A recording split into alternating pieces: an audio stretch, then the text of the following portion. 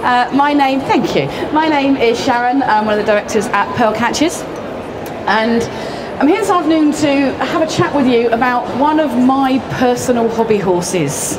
I've been a line manager for quite a few years, started with a team of 6, had about 150 at one point I think, so I know what it's like on that side, being a busy manager, being asked by these flipping HR people to now spend time and try and develop your staff, and I know what it's like being an L&D professional that realises that you don't just go on a training course and go away. You need the line manager to be involved to really make the difference with learning.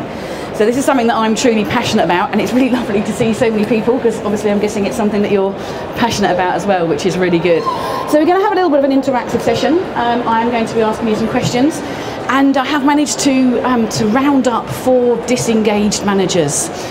So we will at some point have the opportunity to question some of my disengaged managers and see if we can find ways to motivate them and see if they link to the kind of issues that you have. And if they don't, then we'll take some time to have a look at some of those as well. So, first question really for me is, why do we bother? Why is it important for us to get your line managers engaged in workplace learning? Any thoughts from you guys as to why it's important? Sorry? They pay for it. They paid for it, yeah. Actually, quite often it's coming out of their budget, so they're sending their people off on training courses. They would want to be able to make the most of it. Yeah. Why else do we think it's important to get them engaged? People need to have the environment to implement the learning. Absolutely, people need to have the environment to implement the learning. Our second pearl of wisdom in our fusion learning methodology that we use is learning is a process, not an event. So learning is not about, I have done this training course, therefore I have learnt. And unfortunately, a lot of managers seem to think that. Actually, it's only when people go back into the workplace and they try things out and they see what works and what doesn't work, that they truly start to learn something. And quite often, learn by their mistakes. So yeah, so you need to have that engagement after the event to make it work. You also need the engagement before. So how many people have you had that have turned up on a training course and they're like, yeah, well, my manager sent me, don't really know what it's about. What are your objectives for today? I don't know, whatever. So you need to get the engagement in advance as well, and it's really only the workplace managers that are the ones that can show them that there is an important thing. So actually, I've got a list of things back in my desk. Can we just get this over and done with really quickly? But if you get the engagement and you get people understanding why they need to learn, then it's really important. Any other reasons we think that line managers' engagement is important?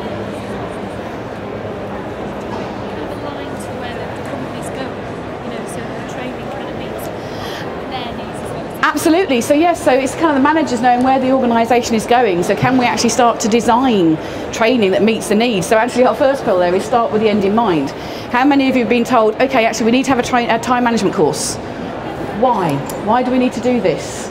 So actually being able to get the managers to say, well, this is what we need, this is where the organisation is going, can mean that you can actually design stuff that's going to meet a need rather than, oh yeah, we've run 10 training courses this month. Couple of things for me, actually kind of going a little bit deeper than that, is that we talk about the idea of an adaptive organisation. There's a session that we're doing tomorrow. Have any of you heard of the expression VUCA? It's becoming quite popular now. So it's saying that we live in a world that is volatile, uncertain, complex and ambiguous. So there's constant change going on all the time. Even public sector organisations, which historically were perceived to be quite immune to that, you know, the amount of cost cutting that's going on and having to do more with less and think of more innovative ways to do things. You can't take your time to do things. People need to learn and change quickly. So to do that, you need to have an agile learning culture, and you need to have people at all levels in the organisation changing. We have a model called the Learning Facilitator, which is made up of having both the strategist who looks at things from a senior point of view, the practitioner who delivers training, but the most important role for me is the enabler. The enabler is the person in the workplace who makes sure that people are, 1, set up to learn, 2, are learning what they need to, and 3, are getting the chance to practice it, and that's really where line managers are. So what I'd like to do is to get you now to have a chat with 2 or 3 people next to you and think about what are the reasons you think that managers don't engage. What are the challenges you have? You obviously have got challenges or you wouldn't be here. So what are the challenges you have in engaging line managers? Why do you think they're not engaged? Then I get some feedback from you, and then I'm going to introduce you to my 4 unengaged managers and see if we can make them far more motivated. So if you take about 2 or 3 minutes just to have a discussion, 2 or 3 people next to you.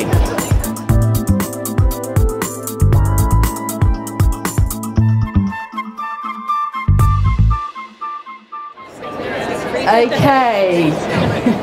So we're just going to get some feedback from you, and the lovely Andrew is going to note up any key points that you have. So what are some of the key challenges that you've got? If you kind of put your name and I'll walk a bit nearer so I can hear you.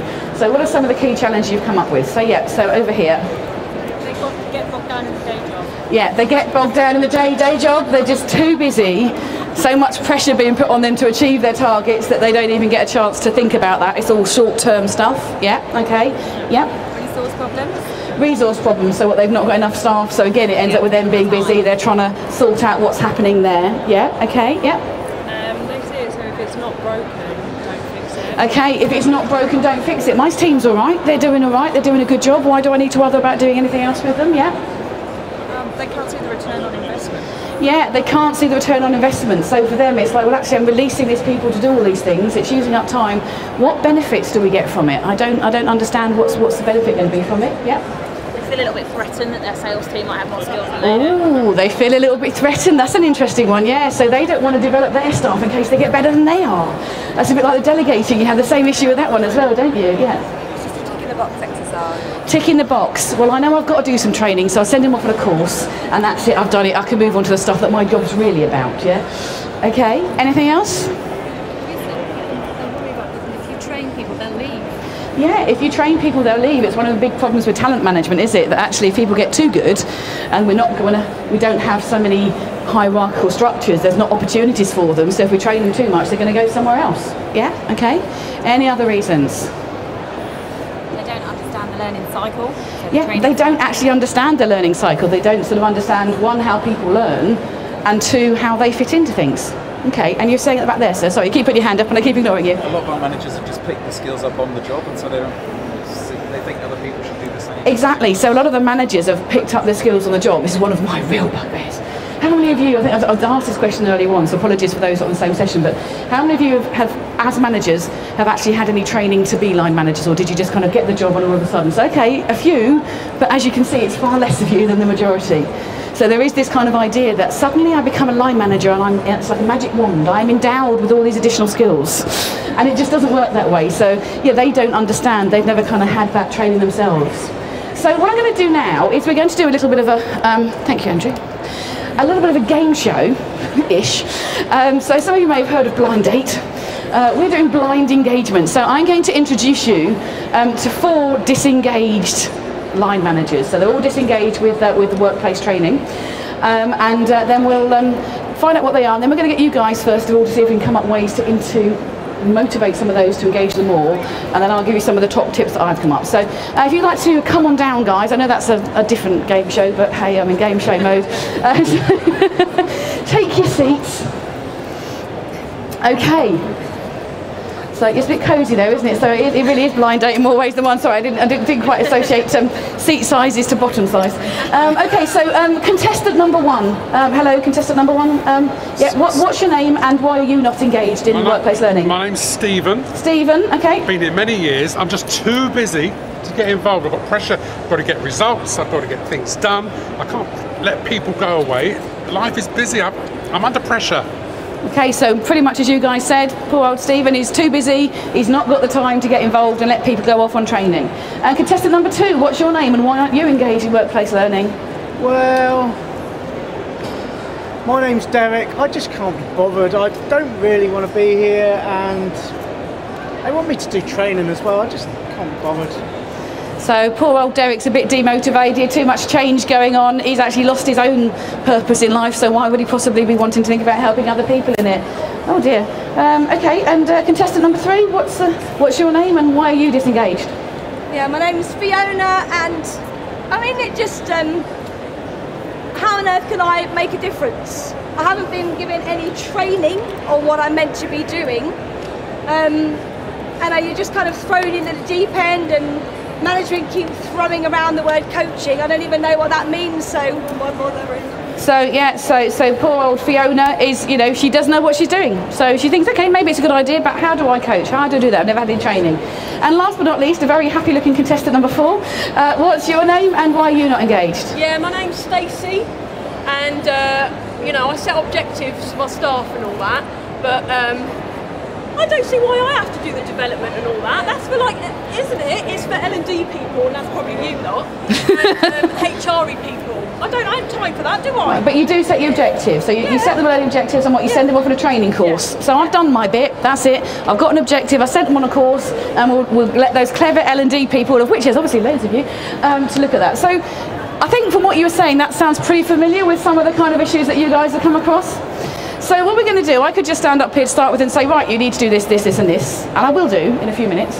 But what I'd like to do is actually, you guys all know an awful lot as well, and we say when we're learning, we learn an awful lot more by social learning and by mixing with people, and this is a perfect opportunity to do that. So what I'm going to do is I'm going to split you into 4 groups, and I'm going to give each of you one of these challenges. And in your group, I want you to think about, how can I engage this manager based on the reason they're disengaged? What can we do to engage this manager? Then we'll give you a chance to kind of say something to get them engaged, and then I'll give you my little top tips on top of that. So let's kind of have sort of up to about here. If we have you guys, you can have a look at number 1. You can have a look at Stephen, who was too busy. Okay. And we have you kind of guys over this side. You can have Derek, who was just Mr. Demotivated. So what can we do to engage him? And if we have you guys here, you can then be looking at Fiona. They're all using different names just to confuse me. You can be looking at Fiona, and Fiona basically is like, what difference can I make? I don't really know anything about it. I've got no skills in the area. And then you guys have the pleasure of really happy Stacey, and Stacey's all about the fact that she can, she's done her development things, she sends people on training courses, but it's HR's job. Why do I need to do it?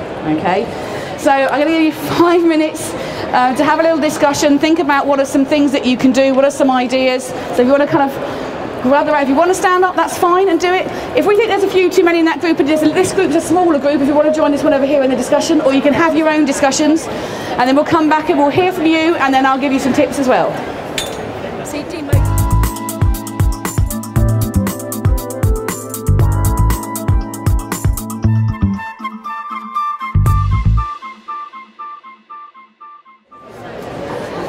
Okay, if you want to finish off the point that you're on, and we will feed back shortly, and we're going to start with contestant number 2. I'm going to be devilish and do it out of order now. That'll be Derek. Come on, Derek. Okay. They were motivating me. So just to remind you, poor old Derek was very demotivated. There was too much change, and basically it was a bit of an effort to get himself out of bed in the morning. Let alone coming to work and do anything, and then having to try and develop these really miserable people he works with. Team number 2 over here, what were the ideas you've come up with to help to engage our Derek? So I think the initial thing would just be to kind of find out, what it is that's kind of getting him down, and maybe work on the trust element again. Okay. So trying to find out what it is that's really kind of getting Derek down. So what is it that's demotivating him, and try and build his trust, I guess, in the organisation a little bit first. Yeah, okay. What other things did we come up with? Involvement, bringing him in as early as possible, where possible, giving him a role that actually feeds into it, so there must be a champion role. Okay, so giving him involvement, getting him a role to do something. Okay. Yeah. Okay. Anything else? Perhaps focus on his own development. Focus on his own development, yeah. It's an interesting thing. I think one of those things will help, but I'm not feeling Derek kind of jumping up and down just yet. You think? So I think those are really good ideas, but what I might do to kind of take it a little bit step further. Some of you might have seen a session that my colleague Chaz did a little while ago about this idea of purposeful passion. And what's happened to poor old Derek is something that I think happens to quite a few people, is that they've got so much going on at work. There's so much pressure for them to achieve things. There's so many changes. Every time they come in, they've got a different job or a different restructure or a different process to follow. And so it's really easy for people to lose touch with, why am I actually here? And I think with Derek, it's kind of got quite a core level. So I would say with Derek, it's about that getting him to, as we talk here about, reconnecting to your core purpose. So actually just kind of step off the hamster wheel for a minute and actually talk to him about quite a big, deep level. But well, why did you do this job? When have you been most motivated? What was it that made you join in the first place? What are the things that excite you? What's important to you? And we kind of talk a little bit here. We start about who am I and why am I here? And I think if you get with Derek at that basic level in terms of that, why am I here, what's important to me, and being a manager, some of the other stuff will start to come. And I think when you've got that, then some of those things about getting him to look at, okay, let's give me a role that I can do more. But it's very much about some people when they're really at that deep level, it's needing to get them connected to them as an individual and then to their role as an organisation. So we've got some flyers on that, so if you want to know about that, or again, if we haven't left your details, I think that purposeful passion is a really important thing for people. What am I here for as a manager? Let's get that passion to be a good manager and actually be a good leader, because it's not enough to be a manager these days, is it? You kind of need to lead people. So it's kind of having that for yourself. So would that help? You kind of got a little bit of time for you, Derek, to kind of talk about what's important. So what is it kind of that you love about your job? I love doing the creative things. You like the creative things? I love the creative things. Okay. And I really don't like the sort of mundane data, sort of boring stuff. Okay. So, and actually kind of helping to develop people is quite a creative thing. So maybe if we can work with you to look at some creative ways to help people, would that be making it more, that sounds more really interesting exciting. for you? Excellent. We'll have a coaching session afterwards then, Derek. Woo! Brilliant. Okay. So number 2 then, we have got, actually going back the other way, we're going back to contestant number 1. So we've got Stephen. So Stephen was too busy, so it was you guys, wasn't over here, was looking at our too busy Stephen. So what do we think about would help to engage Stephen in the workplace learning? To properly explain the benefits of everything that he's going to get from his team. Okay, to properly explain the benefits, and in what way would you explain the benefits? Improved efficiency, like with the lead review, seeing what tools they're using and whether they can do things. Okay, so improved efficiency, etc. The reason I ask that is because a lot of people, when they try and explain the benefits of why you do things, is they tend to talk about benefits to the organisation. But actually, when you're a really busy manager, you don't give a stuff, you're working hard enough, the organisation is getting enough out of you already. Actually, what are the benefits to me and my team? So absolutely your benefits, but being very specific about, well, okay, at the moment you're really busy, but just think, if you develop some of your staff, you'll be able to delegate some of those things. Some of those hundreds of meetings you have to go to every month, if you developed one of your staff in that particular thing, then they could go to that meeting for you. Does that sound interesting? Okay. This particular task that you don't like doing, someone else really loves figures, because you don't like figures very much, do you? I seem to remember, no. But one of the guys in your team, I'm sure they really like working with figures. So if you can actually spend a little bit of time working with them and coaching them, then maybe they could take that task on from you. Means I've got more time. You've got more time to maybe work on coaching some other people and doing some things. Okay. What else might we have come up with that might help? Stephen, I'll get the names right in a minute, in his development. Any other ideas from you guys? We know that L&D does drive business performance, so we're helping achieve those targets and those KPIs. So explaining to him that it's massively task focused, it's massively KPI driven. Ultimately, we are an enabler for that, and then just helping make that connection between business performance. So it's making that connection between actually, there's what is his motivation? So it may or may not be performance, but yeah, absolutely, what is his motivation? What's important to him? And therefore putting it in terms of, well, okay, so hitting your targets, being the best sales team out there is really important to you. Well, actually, if we do this, then that's going to help you. So yeah, it's making that link between the two. So what is your problem? And in his case, it's being busy, but what is your problem? What do you need to resolve it? And how can we show that actually, if you engage with learning, then that is a way to help solve those problems. Yes, you have to step off the hamster wheel for a minute, but in the long run, you'll be spending less time on the hamster wheel, or at least going a little bit slower. So are those ideas helping a little bit then? Yeah? Okay, well that's good, Stephen. So what about then, looking very unhappy actually. I was going to say, I think the demotivation seems to have kind of worked its way, it's infected across over to Fiona. So Fiona, I know you basically sort of thought, what can you do and things. You haven't had any training on stuff, so that was you guys, wasn't it? I think over here. So what did we come up with for Fiona? What was our ideas to help to engage Fiona? Similar to David, we want to bring back a little bit the purpose why she got the job. So bring some of the purpose, yeah, why she's enjoyed it, yeah. And also we were thinking about a manager that really inspires you. Think about some positive experience. That's a good one. Think about a manager who's inspired you. So someone in the past, so someone who's kind of been a mentor, if you like, for you. Yeah. For you, and maybe you can do the same for your team. Yeah. Okay. So that's kind of given us some motivation to want to do it. But there seemed to be a bit of an issue with how as well, wasn't there, for her, that she didn't know how to. So what else do we think? Do we come up with anything else in the group? Yeah, so I mean, actually, I hate to use the dirty word of training, but no, let's have some learning around how do we help people to learn? How do people learn? So, you know, understand the different ways that people learn and what are some key skills that she can have as a line manager. So maybe, you know, I know we've got a sort of a 3-day experiential session when you can work on coaching, we can work on real life situations with you to understand how to get them to find their own solutions rather than coming back to you every 5 minutes asking you questions all the time. Yeah. And we can give you some resources that you might be able to access that you can point people in the right direction. So when they've got a particular need, you know, actually we can go here and we can find something. We can actually have, you know, a source of information that's available for people. So I'm not sitting there thinking I know nothing, I can't do anything. I've got some information, I've got some skills, but actually I've maybe got a network of other people.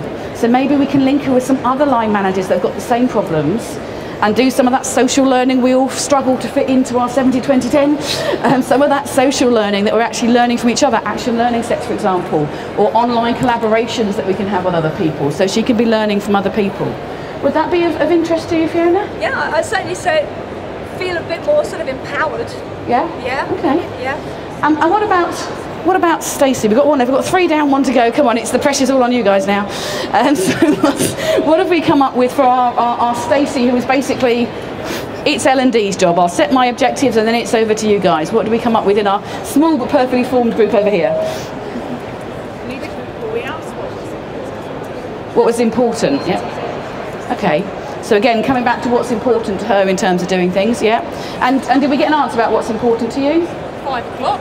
5 o'clock, okay, so getting things done by 5 o'clock, yeah, okay, fair enough. So where did that lead you to? Find out a little bit more about her, yeah. So it's coming back to each person is different, isn't it? It's not, you can't say, this will engage every line manager. It's finding out what it is for her, yeah, okay.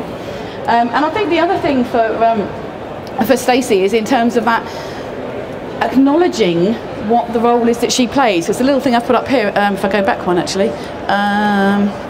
It says actually managers are the only people who can really make effective learning happen because it is in the workplace. That's where the learning happens. They might go on a training course and absorb information, but the true learning happens when people embed it, when they actually apply it, and that happens in the workplace. And so if you want people to learn and improve, then you don't necessarily need to know everything about it, but you need to maybe engage with them before. This concept called high impact learning, they talk about the idea of actually setting up beforehand, engaging with your learner to get them to understand what they can get out of the course. Then when you come back, sitting down and talking to them to say, what have you learnt? How can I make sure you can do this and you get better? So it's kind of that actually can make it worthwhile, because otherwise they've spent a whole day away from the office and they haven't learnt anything. It hasn't given you any benefit, has it? Well, not really, no. But maybe just spending a half an hour with them before and a half an hour with them afterwards to kind of look at it might actually mean that they get some learning and they can come up with some new skills that will make life easier for you. Okay, yeah, I can see the benefit of half an hour though. Yeah, okay, to start with, and then maybe when you see the benefit of half an hour, you might sometimes feel that maybe half an hour the next week might be quite useful as well. Just a little bit. They might bring me something back then. They might bring you something back then, yeah. Okay. You're on. So I know it's kind of a little bit simplistic here, but I think the key thing for me is it's understanding why. Not all managers will do it. I think actually interestingly, pretty much all of you at some point came back to getting them to connect, and I do really think that's the fundamental thing here. It's actually about getting people to connect to why am I a manager, why am I doing this job, what am I passionate about? That is your absolutely fundamental thing.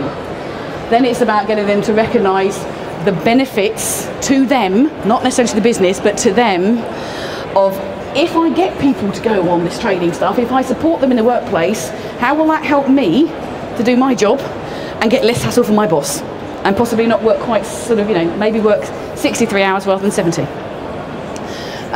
And then it's about giving them the sort of the skills and the knowledge and the contacts to be able to do something about that and to have the time that they can do it. And interesting, another good way around that is give them some developers individuals and they can see how their development helps them become a better manager, which will help them then see, oh actually if I get other people to do this, that's going to help them be better at what they do. So it's that kind of, they'll actually see visually, and personal experience will actually help to bring some of that to life. So that's kind of my 4 top tips on that. As I said, every single manager is different, but I think there's some really core things there. It's not an easy job, otherwise we wouldn't have had so many of you come around today. I think it's a really core issue, but it's something we're really passionate about, so please do stay and have a chat to me or any of the team about how you can help engage your line managers. If you haven't left your details, then please give them to one of the team and we can send you information on that. And if you haven't got actually a Purposeful Passion book, then my 2 ladies over here will hand them out to you. So if you haven't seen, we've got a little book where you can actually write on the front what your purposeful passion is and help remind yourself every day. Other than that, thank you for coming to the session and enjoy the rest of your day. Thank you very much.